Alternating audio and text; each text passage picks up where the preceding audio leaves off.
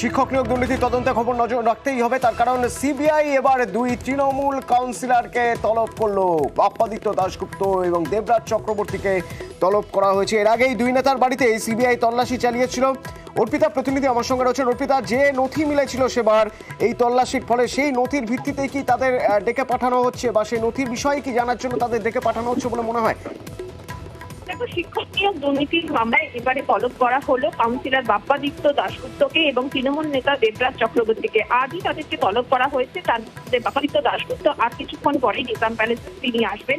CBI সূত্র থেকে খবর যে এর আগে এই দুই তৃণমূল নেতার বাড়ি তুমি জানো যে সেখানে গিয়ে তল্লাশি অভিযান করেছিল সিবিআই আধিকারিকরা, এবং এই বাপ্পাদিত্য দাশগুপ্তের বাড়ি থেকে রেকমেন্ডেশন লেটার, অ্যাডমিট কার্ড এবং বিভিন্ন রেজিস্ট্রেশন সহ একাধিক নিয়োগ সংক্রান্ত যে নথি, দুর্নীতি সংক্রান্ত যে নথি, সেই নথি, নিয়োগ সংক্রান্ত নথি, সেই নথি বাজেয়াপ্ত করেছিল সিবিআই। পাশাপাশি দেবরাজের বাড়ি থেকেও বেশ কিছু নিয়োগ সংক্রান্ত যে নথি, সেই নথি কিন্তু বাজেয়াপ্ত করেছিল। তারই ভিত্তিতে আজকে দুজনকেই তলব করা হয়েছে।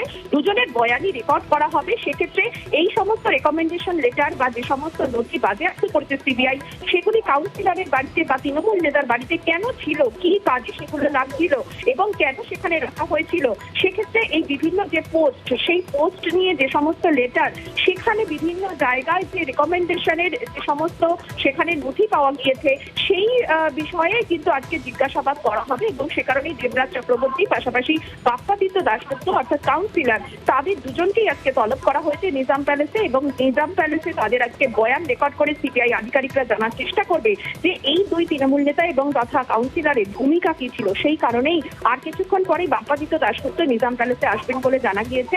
পাশাপাশি দেবরাজ চক্রবর্তীকেও তলব করা হয়েছে। তিনি এখন আসেন কিনা সেটাই এখন দেখার। ধন্যবাদ।